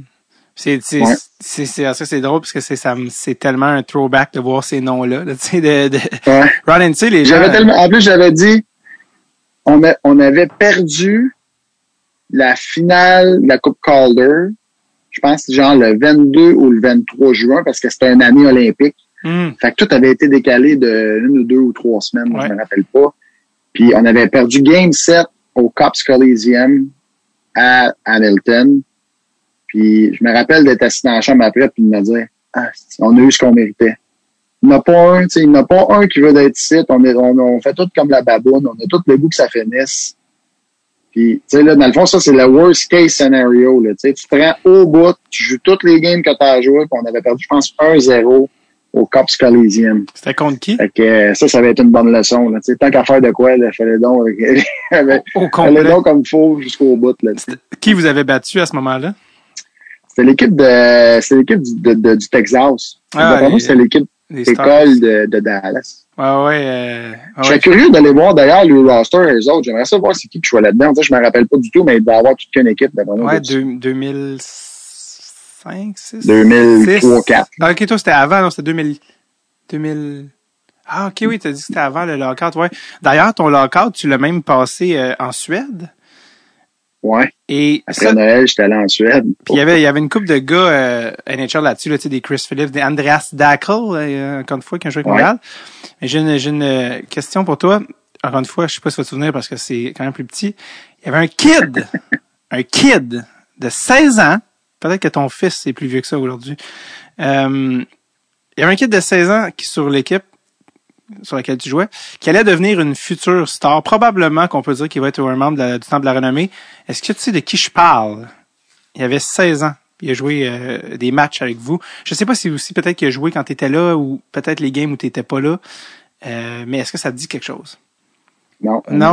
Peut-être un des meilleurs passeurs de son époque, ou en tout cas peut-être même de l'histoire, mais monsieur Niklas Backstrom, le centre des Caps, a joué quelques matchs cette année-là à 16 ans. Très jeune, là, dans une ligue d'hommes. Puis c'est pour ça que j'étais comme, hey, vous étiez-vous croisés ou peut-être t'en souviens juste pas, tu sais, ça se peut aussi. Non, je m'en souviens pas. J'étais pas vieux pourtant, là, tu sais, je veux dire, à ce moment-là, moi, j'avais. Ouais, c'est ça. 22, 23 ans, peut-être, là. C'est d'ailleurs très drôle que t'as joué, genre, une partie en Suède, mais la première moitié à Trois-Rivières, dans le semi-pro. Ouais, mais cette année-là, si tu te rappelles bien, il y avait un paquet de gars qui avaient joué, là, parce que justement, on était tous en lockout, puis moi, l'idée pourquoi j'avais joué à Trois-Rivières, c'était parce que je le savais. Tu sais, je me faisais mettre beaucoup de pression par Edmonton parce que j'étais jeune, puis ils voulaient que je joue. Ouais. Fait que là, ils essayaient de me trouver eux autres même essayaient de me trouver des places pour aller jouer en Europe, là, tu sais. Fait que ça me tentait pas. Là, j'avais vraiment pas le goût. D'aller en Europe? T'avais pas envie? Pardon? T'avais pas envie d'aller en Europe? Non, pas tant que ça. C'était quoi qui était... J'étais comme ben là, tu sais, c'est tellement demandant, j'étais en début de carrière, là, tu sais, j'étais pas tout à fait encore établi dans la Ligue nationale. Fait que tu sais, j'étais comme à côté tout le temps, là, tu sais, fallait comme je me dépasse à tous les jours pour être, tu sais, comme pogner le beat de la Ligue nationale. Fait qu'on aurait dit, là, de pouvoir comme un peu peser ses breaks, là, j'avais comme pas ici, j'avais besoin mentalement, là, comme de me regrounder, si on peut dire, peut-être, tu sais. Okay. Mais, là, quand je me suis rendu compte que fallait que j'y aille, là, tu sais, que j'étais pour être pogné pour y aller. Mais là, je me suis dit, bon, je vais jouer une coupe de game semi-pro, au moins, là, tu sais, essayer de me donner un peu de game shape avant de partir. Puis c'était un peu l'idée que, pour ça que j'avais joué. J'avais dit à l'équipe, j'ai dit, je vais juste jouer les games à domicile, je joue pas les games à l'extérieur. Fait qu'avec Trois-Rivières, j'avais juste joué les games à Trois-Rivières. Okay. Puis, ouais. J'avais tout le fun, particulier. 2 bagarres générales, d'ailleurs. Ah ouais? 2 bagarres générales en 10 games. Marc-André Bergeron, qu'est-ce qu'il fait dans une bagarre générale, dans le semi-pro? Pas là-dedans. Non, pas là-dedans. Je m'étais pas très excité. J'avais gardé ça plutôt. Non, j'avais rien fait, vraiment. Une qui avait comme un peu parti à cause de moi, parce que on perdait par un but, puis il restait, mettons, 1 minute de jeu, puis un des toughs, l'autre bord, je me rappelle pas de son nom, mais tu sais, je partais avec la rondelle, puis je m'étais comme fait un peu mettre en angle, puis je m'étais fait frapper, mettons, à l'entrée de la ligne bleue, tu sais, au Colisée de Trois-Rivières, puis il me tenait, tu sais, il y avait comme une main chaque bord de moi, il se tenait après la bande, puis il me tenait dans la bande, de même, tu sais, là, ça faisait, mettons, 10 secondes qu'il me tenait, là. Puis là, je m'étais comme un peu débattu, là, on l'a dit, tu sais, laisse-moi jouer, tu sais, il reste genre 50 secondes, on perd par un but, tu sais, on va essayer de scorer. Puis là, finalement, me débattant, écoute, j'avais même pas eu vraiment le temps de me débattre pour essayer comme de me sortir de là. Il me tenait comme si c'était la prise de l'ours à la bande. Que, quand je me suis comme viré en tête, là, le banc, c'était vidé. Mais voyons. Le banc était déjà rendu à la moitié de la glace. Puis là, je les ai vus s'en venir, je fais, oh boy, here we go again, tu sais. Comme dans Slapshot. Comme dans Slapshot, ouais, c'est ça. Wow. Comme jouer dans la Ligue nationale, puis la Ligue, tu sais, l'année d'après, jouer semi-pro, tu sais, avec des batailles générales, t'es dit comme, ouais. Devrait pas être ici, peut-être dangereux. En même temps, je savais dans quoi je m'embarquais, là, tu sais, je savais bien que c'était pour, tu sais, le but, c'était de me mettre en forme. Puis... Comment les gars agissent dans la Ligue par rapport à toi? Parce qu'ils savent, là, c'est petit, la Ligue semi-pro, tout le monde se connaît. Ils savent, tu joues dans le show, comme ils disent. Est-ce qu'ils essayent de te blesser ou ils back up? Non, pas tout, ça va être, pour de vrai, ça va être super cool. Tu sais, puis cet événement-là en particulier, le gars, essayait pas de me blesser non plus, là. Non, pas là-dessus, ouais. Il me tenait sa bande, ça a causé tout ça, tu sais, mais il essayait pas de me blesser en tant que tel, puis ça a juste viré comme ça a viré, là, tu sais, mais... Et quand tu... j'allais dire, on a fait le tour, c'est correct, de ça. J'allais dire, quand tu t'arrives à Edmonton, j'adore, je me souviens, moi, très bien de cette cup run-là, Fernando Pisani. Écoute, j'ai viré une table à l'envers dans le sol chez mes parents Désavantage numérique, il part, il intercepte la passe de Corey Stillman. Oh, J'ai d'ailleurs reçu Georges je pense que Georges, là, on a plus que 130 épisodes. Georges, c'était l'épisode 2 de Dread sur le Tape. Fait que, on en a parlé il y a déjà de ça 5 ans. Oh, mais t'avais beaucoup de personnages sur cette équipe-là. T'avais un cast pas possible, des Oilers. Ryan Smith, moi, m'a toujours beaucoup fasciné comme joueur. Monsieur Netfront avec la palette en bois qui pèse 600 livres. Grosse de même, une palette, là.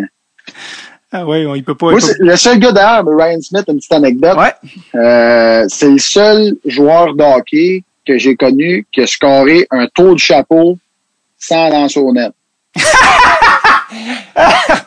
Ah, wow. Faire pareil, là. Ouais.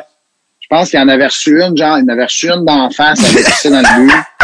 Il n'avait, l'autre, c'est pas un lancer, là, tu sais, mais il avait typé un puck pour d'en scorer une. Il était rendu à 2. Puis la troisième, je me rappelle pas, tu sais, il avait tout dévié sur un patin. Il était tout le temps devant du but, tu sais. Il scorait, j'avais dit après la game, je m'avais dit, scorer un hat-trick, faut le faire, là, sans lancer au but. c'est quelque chose. C'est le roi des déviations. Ben, lui, je pense d'ailleurs, j'avais vu du footage. Après, il pratique quand les gars partaient, lui, il disait Marc-André, lance-moi des rondelles, puis j'ai dévié, là. Non? Ouais. Il mettait, je sais pas combien de rondelles qu'on mettait sur la ligne bleue, là, mais on mettait pratiquement, là, quand toutes les pucks que ça a de glace, on les mettait comme d'un bord à l'autre de la ligne bleue. Puis je lançais ça, une en arrière de l'autre, là, un bord, l'autre bord, puis je te dis, il typait, d'après moi, 90% des rondelles. Fait que selon moi, malgré qu'il a quand même eu une excellente carrière de hockey, on peut pas dire que, mais il a peut-être manqué sa carrière, on le sait pas, parce que d'après moi, il aurait été tout qu'un joueur de baseball, parce que ça n'aurait pas fait fraquer souvent, ça, je peux te dire ça. Non, mais ça peut expliquer ses buts et aussi la courbe sur son nez, peut-être. Parce qu'il y avait... ouais, c'est ça. Le deuxième but de son tour du chapeau sans lancer au filet. Wow, ça, c'est quelque chose quand même. Ouais, il y avait aussi, ça, j'en ai déjà parlé au podcast, parce que tout le monde qui a joué avec lui, je pense à des histoires, c'est le seul et unique Anson Carter. Ouais, mais plus discret. Moi, je l'ai pas connu beaucoup, Anson. Je pense que quand moi, j'étais arrivé, lui, s'est fait échanger pas longtemps après. Ah, là. okay. Fait que j'ai pas joué beaucoup avec Anson Carter. Je pense qu'il s'est fait échanger à New York. Ah oui, c'est ça. Fait une couple de semaines après moi, je suis arrivé. Écoute, le casse fitait à moitié pas sur sa tête, les cheveux sortaient de tous les bords, c'était quelque chose. Mais je me sais plus ce qu'il me comptait. Lui, il avait 3 cellulaires tout le temps. Anson Carter, il était à Hollywood, en tout cas, tout un gars de business. Ouais, c'est un gars de showbiz. Très showbiz, Anson Carter. Il a été après, je pense, en production d'ailleurs de films, quelque chose, en tout cas. Ben là, il travaille à la TV américaine. Ben, il travaille sur NBC ou CBC, je sais pas, ouais. Mais il analyse des matchs. Ouais, ça c'est vrai. Ouais, c'est ça, vous aviez comme un genre de cast pas de misfits, mais tu fais, tous ces gars-là ont déjà joué dans la même équipe, tu sais, Michael Pekka, qui est gros attaquant défensif. Samsonov était à Edmonton cette année-là. Dwayne Rollison, vous êtes allé chercher, je pense, au deadline, sa blessure en playoff est peut-être une des raisons. Là, peut-être que vous auriez gagné la coupe si c'était pas de... je me sens encore mal pour Jussi Markkanen qui était devant le fait accompli. Là, de voir... Non, mais le pire, c'est que autant les deux goalers qui ont pris l'arrêt là, c'était Ty Conklin et Jussi Markkanen.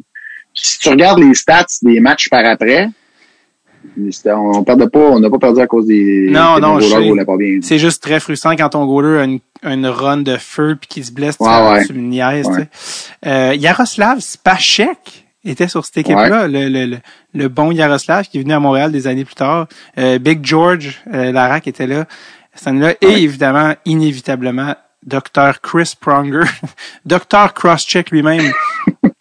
était à Edmonton, mais tout un quel joueur de hockey. Ouais, parle-moi un peu de Chris. Ben, moi, ça a été mon partner à défense pendant un bout de temps, puis assurément le meilleur joueur de hockey avec qui j'ai joué dans ma vie. Tu sais, je sais pas si tu as déjà expérimenté ça, David, mais tu sais, si tu vas au Centre Bell, là, on va prendre le Centre Bell parce que tout le monde le connaît, puis je pense que c'est plus facile d'illustrer ce que je veux dire. Mais si tu vas voir la game, puis t'es assis dans la première rangée, puis tu checks ça aller, ça ressemble beaucoup à ce que nous, on vit sur la glace. Là. T'sais, ça va vite de même, puis c'est pas une illusion d'optique. Là, je veux dire, quand t'es sur la glace, ça se déplace pour de vrai. Là, plus que tu montes, plus que t'as l'impression que tu pourrais jouer. Tu fais comme, rendu là en haut, là, tu fais comme, Hey, comment ça qu'il l'a pas passé à lui? Hey, comment ça qu'il a pas fait ça? Puis, hey, tu sais, là. Ouais. Mais cette vision-là, quand t'es en haut, là, moi, je l'appelais la vision Chris Pronger. J'avais l'impression là qu'il était tout le temps comme il voyait la game comme s'il était en haut. On pratiquait, tu sais, c'était pas les premières années qu'il y avait la trappe avait commencé à s'installer, là, mais tu sais, c'était dans les premières. Ouais, tu sais, je pense que c'était les premières années qu'on jouait du 1-2-2 en zone neutre, mettons. Tu sais. Puis dans les pratiques, là, moi j'étais tout le temps avec Chris, fait que c'était parfait. C'est lui qui allait en arrière, tu sais, du net chercher la puck. Normalement, c'était tout le temps mon rôle, moi, d'être le gars qui avait la puck dans les mains, souvent, avec mon partner, là. Dans les pratiques, là, je m'en allais dans le coin, il partait avec le puck, là, puis là, nos attaquants swingaient. L'autre bord, notre équipe essayait de défendre, là. Le coach, sifflette, on recommence. Le Chris, il avait tout le temps trouvé quelqu'un qui était ouvert. Il y avait tout le temps quelqu'un à bonne. Tu sais, il trouvait tout le temps le moyen de faire les bonnes places, les bonnes passes au bon moment. Tu sais, c'est vraiment, là, 6 pieds 6, jouait 30 minutes, produisait offensivement. Défensivement, il était injouable parce que grandeur, il était tough. Aussitôt qu'il mettait la main sur la puck, il faisait une bonne passe. Fait que, tu sais, ça faisait pas renlever parce que, tu sais, il était pas capable de rien faire avec la rondelle, là.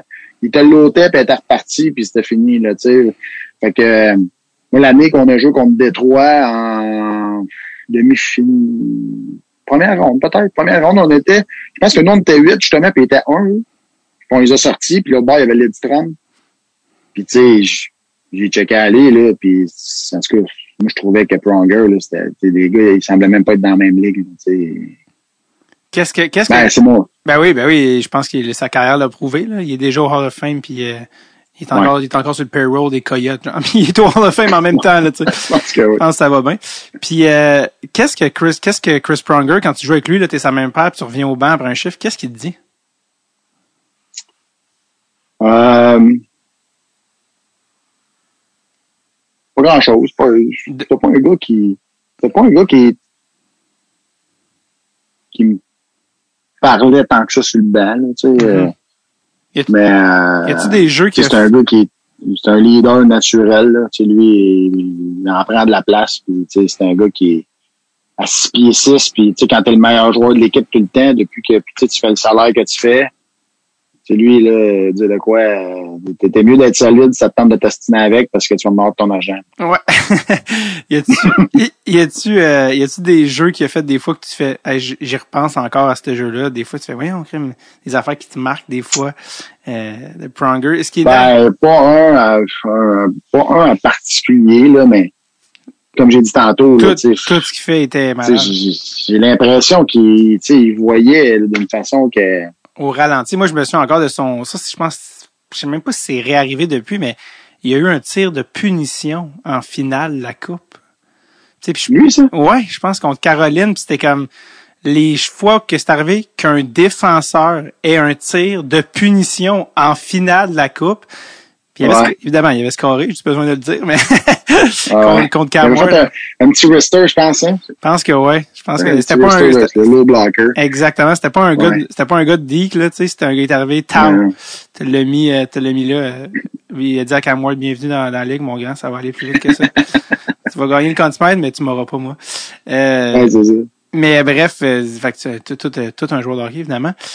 Qui est pas resté longtemps à Edmonton, il a joué une saison, puis je pense que sa femme était pas, la rumeur veut que sa femme était pas la plus grande fan de la ville d'Edmonton. Je sais pas, j'ai entendu, moi aussi, plein de rumeurs là-dessus. Je pourrais pas dire, là. C'est sûr que, tu sais, quand t'as fait une coupe de Belleville avant, puis t'arrives à Edmonton, c'est peut-être pas la place nécessairement que tu veux t'établir trop longtemps, mais moi, dans mon cas, c'était ma première place que je jouais dans la Ligue nationale. Fait que j'étais bien excité d'être juste dans la Ligue nationale. Fait que moi, il n'y avait pas de trouble. Je trouvais ça bien fun. Et finalement, il a opté pour le soleil de la Californie. Mais une autre coupe après ça là-bas. Mais oui, c'est ça que je veux dire, c'est par rapport à la fameuse finale de 2006, Game 7. À quel point tu y penses encore souvent à cette game-là? Pas tant. Je veux dire, tu l'as-tu on joué? dirait pas de temps en temps, quand je vois qu'il y a des événements, tout, je fais comme, il me semble que j'aurais aimé ça de nous avoir la chance d'avoir une Coupe Stanley, tu sais. Tu jouais-tu la Game 7? T'étais-tu habillé, Game 7? Non. OK. Non, j'avais pas joué. OK. Mais tu sais, ça change rien. Tu sais, je veux dire, tu gagnes. Tu sais, Ouais. Mais non, je me remémore pas trop Parce des que trucs, à un moment donné, je move on, là, tu sais. quand j'avais reçu Georges, là, puis puisque Georges, ça, c'est parce que aussi quand t'es habillé, t'es dans la game, j'imagine que c'était t'as un souvenir différent de regarder la game, j'imagine de la galerie, mais écoute, j'ai amené le sujet, écoute, je l'ai vu je pense qu'il a fait un soupir qui pesait 600 tonnes en voulant dire hey, c'est encore un de mes pires souvenirs à vie.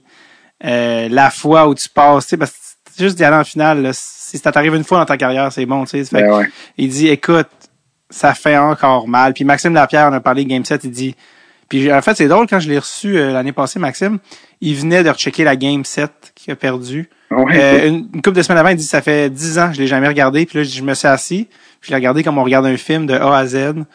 Puis là, je vois, on aurait pu gagner la game à tel endroit, on a manqué telle chance en début, Puis lui, il disait, je pars en breakaway contre Thomas, je sais déjà la fin que je vais faire. Tu sais, tout le mental derrière ça.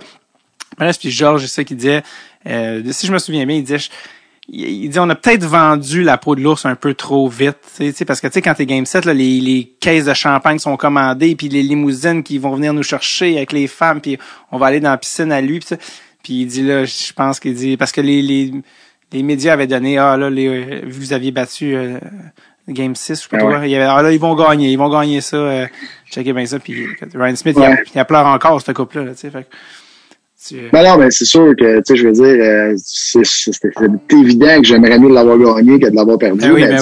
Justement, là, tu sais, à un moment donné, pourquoi, tu sais, tourner le couteau dans le lait, c'est quand même, je l'ai pas gagné, c'est sûr qu'on fasse, T'as continué ton parcours, un petit arrêt chez les Islanders de Charles Wang, si je me souviens bien.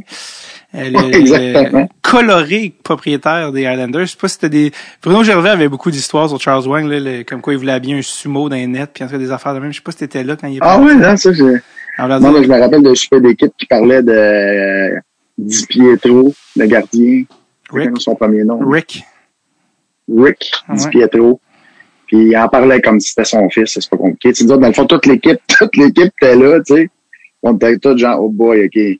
C'est nous autres, on est des enfants adoptés, puis son fils, on sait c'est lequel, là, tu sais. Charles Wang, ça, ouais.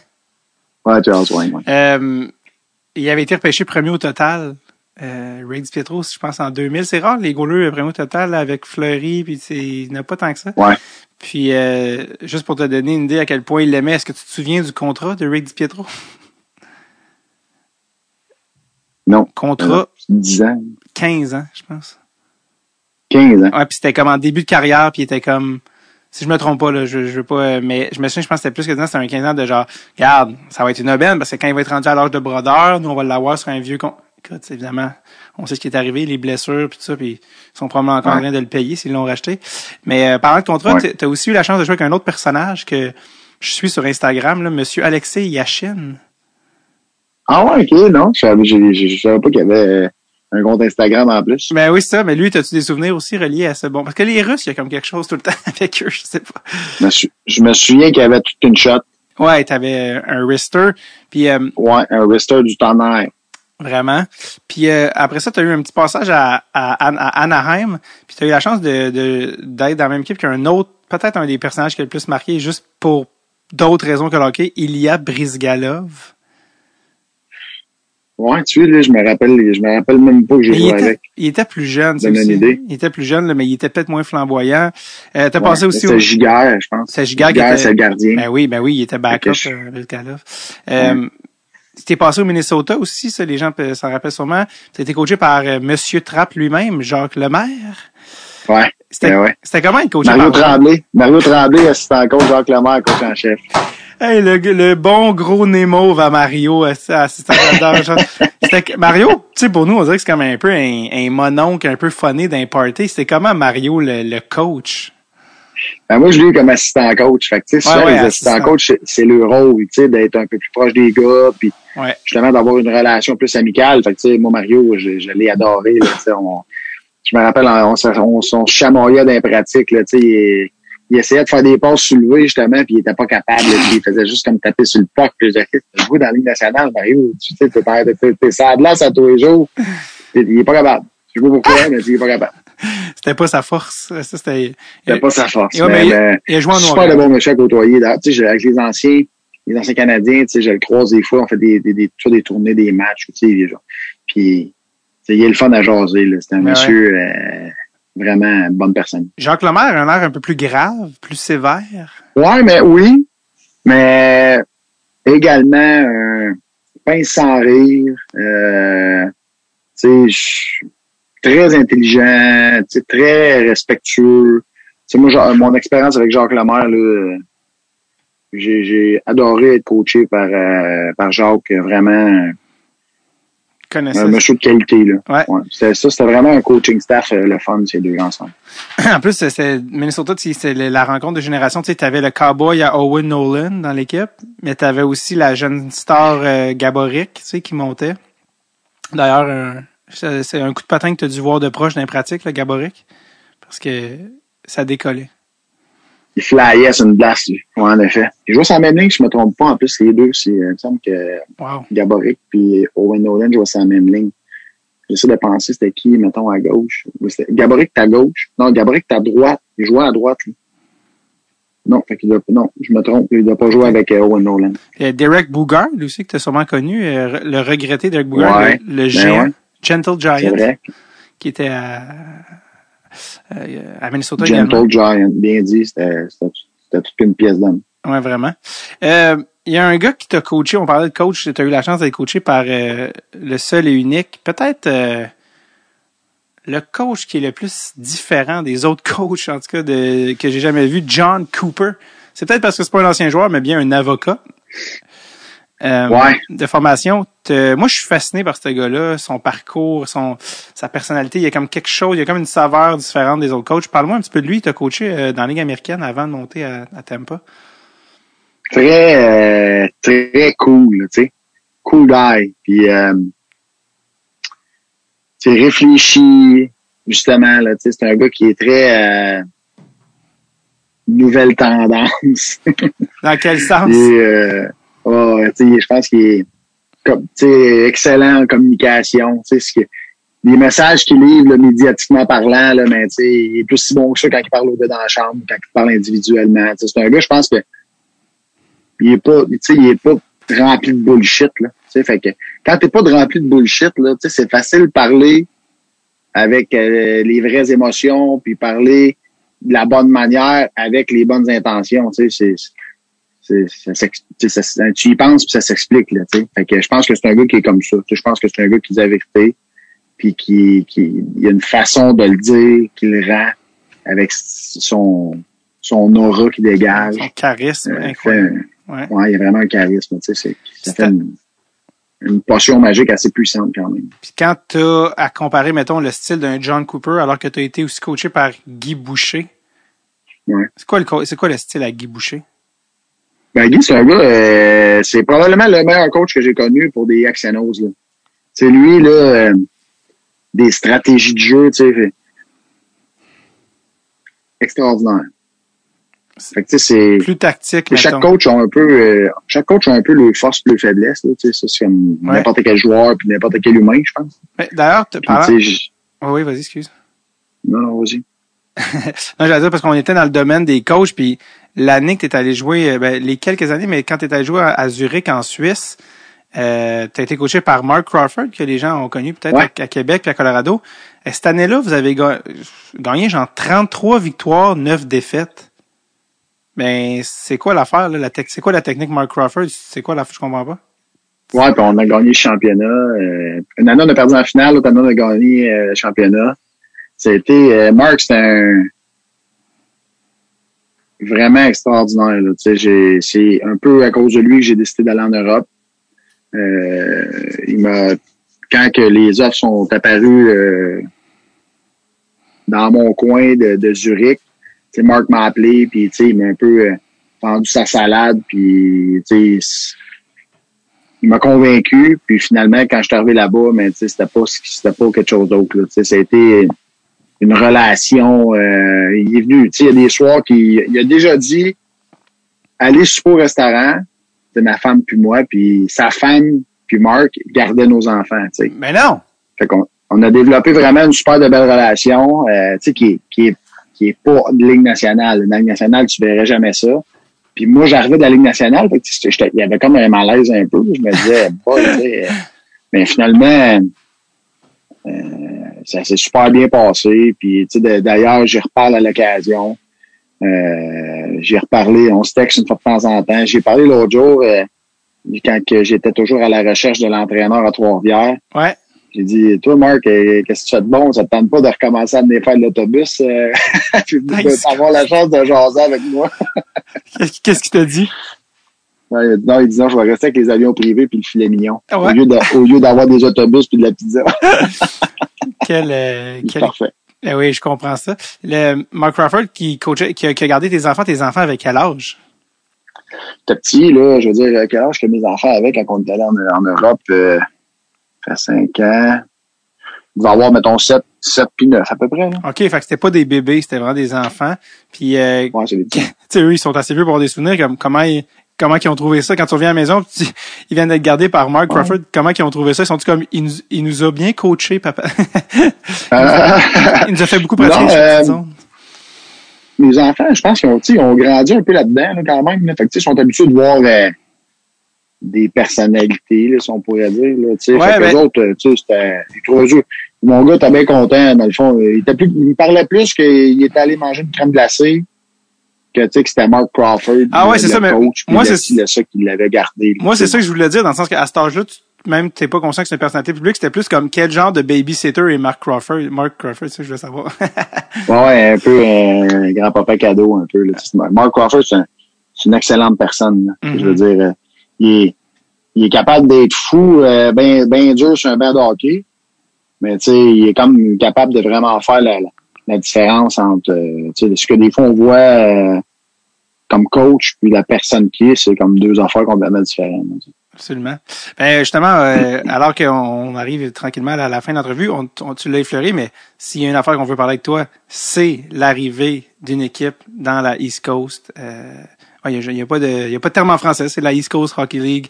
D'ailleurs, je suis un peu déçu, David, un nerd du hockey. Oui. La East Coast, ça se dit plus là, depuis une couple d'années. C'est rendu la ECHL. Ben c'est ça. Moi, je pensais que, en fait, à la base, ici, ECHL, c'est à cause de la East Coast, là.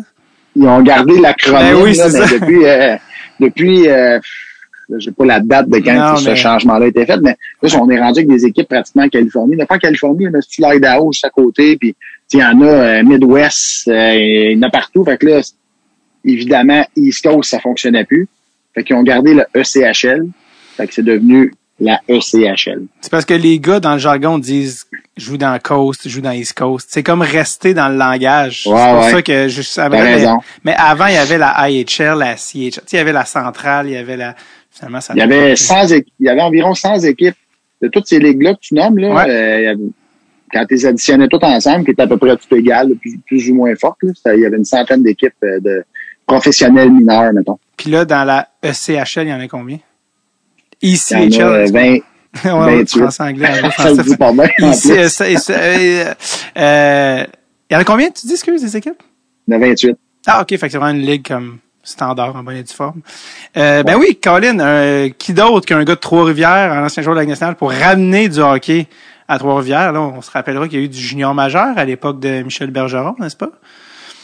Exactement. On remonte dans les années 80, là, quand même. Je pense que la dernière saison des Draveurs à Trois-Rivières, c'est début 80, là, dans les débuts 80. Déjà. Fait que ça monte quand même assez loin. Mais là, peut-être que je me trompe, là, je veux quand même pas. Je sais pas pourquoi j'ai dit ça, j'aurais peut-être pas dû m'avancer, là, mais il me semble que dans ma tête, à moi, en tout cas, c'est ça.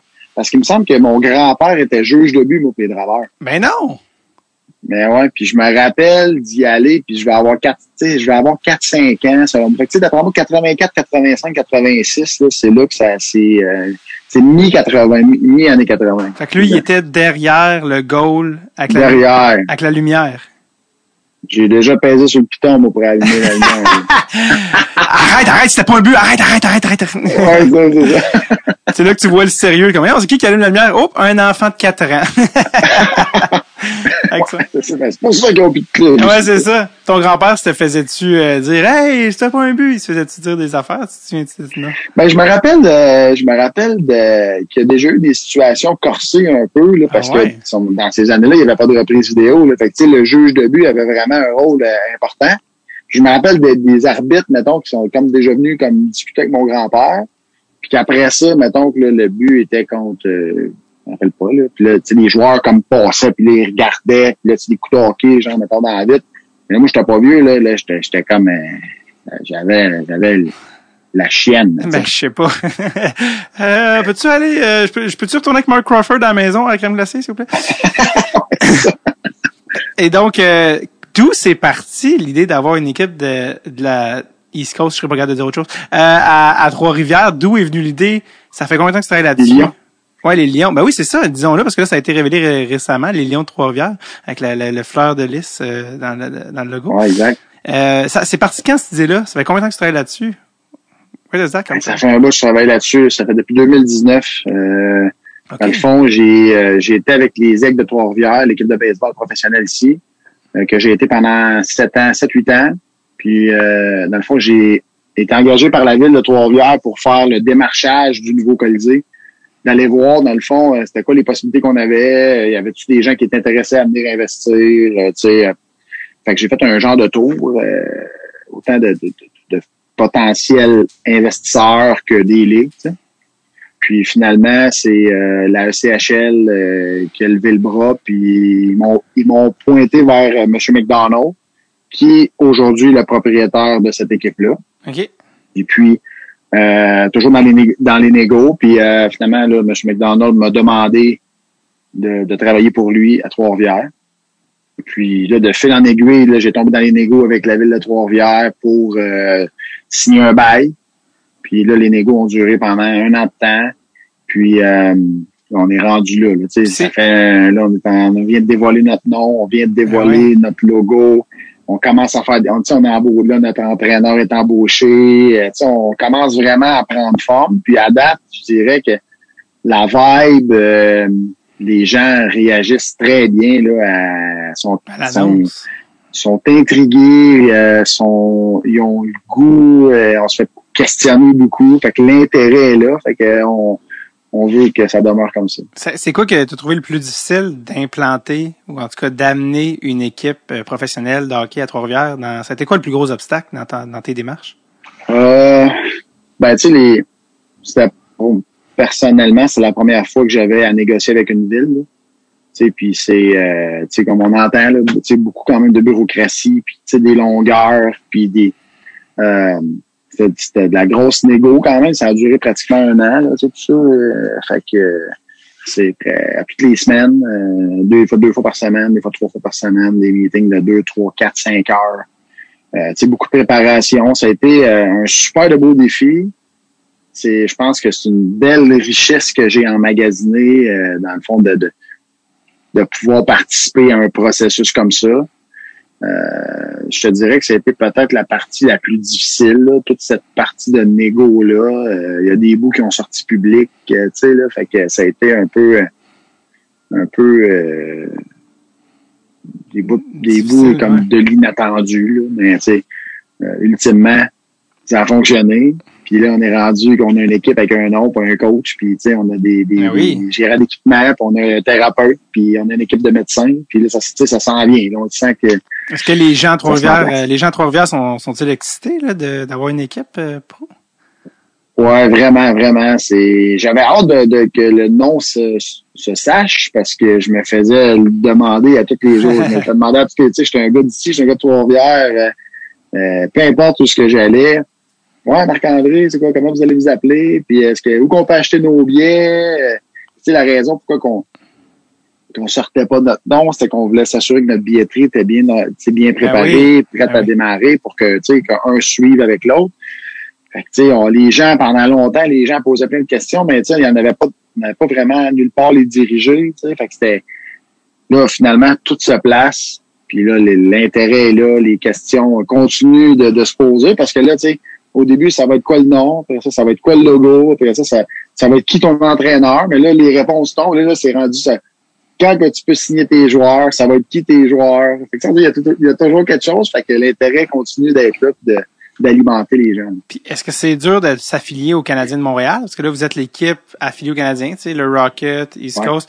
Le Canadien, encore une fois, c'est un autre paire de manches. Est-ce que ça a été difficile parce qu'il y a, à la base, là, quand vous faisiez venir l'équipe, il y avait rien d'assuré que vous alliez être affilié avec le Canadien. Non. Fait que ça, comment ça s'est passé, cette partie-là? J'ai participé au négo avec Glenn Stanford, qui est, dans le fond, là, il est copropriétaire à Trois-Rivières.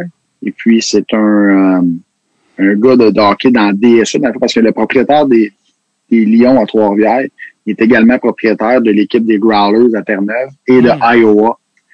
Puis Glenn, on pourrait dire, c'est un monsieur que ça fait 30 ans qu'il est dans le hockey, puis qui chapeaute un petit peu les trois organisations, puis qui aide là, où le besoin est. Puis Glenn, c'est avec lui qu'on a négocié avec le Canadien. Puis ça a été, je dirais, relativement simple. Là, on a pris des ententes que d'autres équipes ont avec dans leur structure. Puis on l'a un peu répété là, puis on essaie de se comprendre. On commence vraiment à tomber beaucoup plus là, dans le day-to-day de cette relation-là, dans le sens que on commence à signer des joueurs. Fait qu'on va apprendre à danser ensemble, je pense, mais présentement, le Canadien est très collaborateur. Puis on sent qu'ils veulent nous donner un coup de main. Fait que ça, on est charmé de leur façon de faire. C'est cool. Dans le marché justement de la ECHL, il y a ces équipes-là, souvent ça bouge, souvent on les voit changer de ville, tout ça. C'est quoi le plus gros défi pour vous pour que l'équipe que vous implantez à Trois-Rivières reste à Trois-Rivières, pour qu'elle soit durable? Puis évidemment que c'est basé dans l'économie, je veux dire, si y a pas de gens dans l'aréna, évidemment, c'est difficile, mais c'est quoi votre plus gros défi pour que l'équipe reste à Trois-Rivières, pour que ce soit une relation durable? Ben nous, dans notre entente qu'on a avec la ville de Trois-Rivières, c'est qu'on a, dans le fond, les opérations du Colisée de 365 jours par année, pratiquement. Là, il y a certaines activités qui ne vont pas être sous notre exemple, si Brian Adams vient jouer au Colisée, ça va être la Corporation des événements de Trois-Rivières qui va s'en occuper. Mais on a quand même des éléments qui vont nous aider à être rentables au travers de tous ces trucs-là. Puis si on prend juste le hockey, c'est sûr que ça va peut-être être plus difficile, mais si on joint des combats de boxe ou n'importe quoi, les Monster Truck, je veux dire les Ice Capade, name it, là, tout ce qui peut se produire. Mais ça va être tous les éléments que, un par-dessus l'autre, vont faire que notre structure va être viable puis qui va nous permettre de demeurer à Trois-Rivières longtemps. La question, c'est est-ce que Brian Adams va souvent à Trois-Rivières? C'est ce qu'on s'en a. C'est une chose. Tu donnes un exemple. Il est venu, il est allé à l'amphithéâtre Cogeco, d'ailleurs, il me semble, il n'y a pas tellement longtemps. L'amphithéâtre Cogeco, c'est-tu à Trois-Rivières, ça? Oui. OK. Ça, je connais pas les noms c'est notre grosse... Parce que moi, la salle où je vais, c'est la salle de spectacle. Salle Jean-Antonio Thompson, ça, c'est probablement ce que toi, tu vas produire. Exact. Mais la salle, l'amphithéâtre Cogeco, c'est celle qui est sur la jonction du Saint-Maurice et du Saint-Laurent, là, sur le coin. Il y a comme un amphithéâtre extérieur, vraiment là de 10, je pense que c'est au-dessus de 10 000 places. Je pense que c'est 5 000 places assis. Puis là, quand il roule en arrière, ça a peut-être même 15 000. Ah, nice. Céline Dion est venue se produire à l'amphithéâtre Cogeco. Wow. La dernière salle que j'ai jouée à Trois-Rivières, c'était en retour de pandémie, que j'adore cette salle-là. C'est la salle du Cégep. Parce que elle est comme plus intime, puis pour l'humour, c'est mieux. Ouais. Puis mais elle est assez grande, il y a quand même plusieurs, je pense qu'il y a au moins 400 places là-dedans. Puis moi, c'est le genre de salle que je me suis dit, oh shit, moi, avec mon show, c'est là que je reviendrai parce il y a une bonne acoustique, une belle salle, tout ça pour dire, il y a quand même une variété de belles salles là, ou de choix de salles à Trois-Rivières. Fait que ça, c'est cool. Puis en plus, il y a une université. Fait que c'est toujours le fun aussi d'avoir un crowd pour ça. Les gens qui nous écoutent, qui sont aussi excités que toi, que moi, puis que les gens de Trois-Rivières, qui veulent aller voir les Lions, où est-ce qu'ils vont pour se procurer des billets? Ben, merci de me le demander. C'est lyon3r.com. Lyon avec un S, 3r.com, le chiffre 3. À partir de là, tu peux avoir une visite virtuelle du Colisée. Tu peux vraiment aller voir ton banc, là, t'asseoir, puis de visualiser ce que tu vas être capable de voir à ce banc-là bien précis. Fait que c'est Même juste pour aller voir le Colisée, là, ça va vraiment vous donner une idée de ce que le Colisée a de l'air. C'est vraiment super bien fait. Puis il y a aussi notre boutique en ligne acheter là, de la merch des Lions. Belle casquette comme celle-là aussi. Oui, belle casquette bleue. Parle-moi de ça. Yes, on va aller faire un tour sur ce site-là, absolument. Ça tire à sa fin. Merci énormément, Marc-André, d'avoir pris le temps. Et on a commencé l'entrevue avec la fièvre des séries. Et on va terminer l'entrevue avec, parce qu'on est le 24 juin, je le répète. Ce soir, c'est match 6 canadien Golden Knights à Montréal pour la Saint-Jean-Baptiste. Et ma question est la suivante. Qui gagne ce soir, Marc-André? Je souhaite que le Canadien gagne, là, puis je fais mon partisan, puis les gens vont dire c'est sûr, Marc-André, tu sais, t'es dans l'organisation, là, mais tu sais, la fièvre qu'on vit présentement, puis tu sais, comment que les gens sont derrière l'équipe puis tout, là, tu sais, je veux dire. Je nous souhaite aux Québécois que ça continue, là, tu sais, pourquoi pas un autre 7 games même, tu sais, puis qu'on se rende à la finale de la Coupe Stanley, puis qu'on gagne en 7 pour avoir le plus de soirées possible à écouter nos TV et à écouter le Canadien. Bon, ça y est, j'ai des frissons jusque dans le nuque à cause de toi. Merci énormément, Marc-André. On est très excités d'avoir une équipe de la ECHL. Je l'ai dit sans m'évanouir. You got it.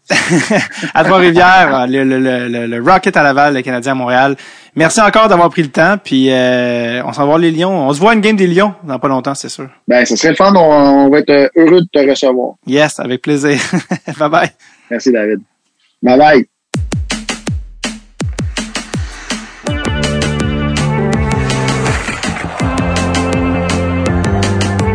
Yes, sir, Attaboy. Merci, Marc-André. Ça a été vraiment plaisant. Super bon gars, comme vous l'avez vu. Et j'ai hâte d'aller voir des games des Lions. Jamais encore vu des games de la ECHL en personne. D'ailleurs, ils font une super belle place aux Québécois dans l'équipe et je trouve que ça donne une identité puis c'est très cool de leur part. On se dit à la semaine prochaine. Faites attention, s'il vous plaît, faites attention. OK, bye bye. Là.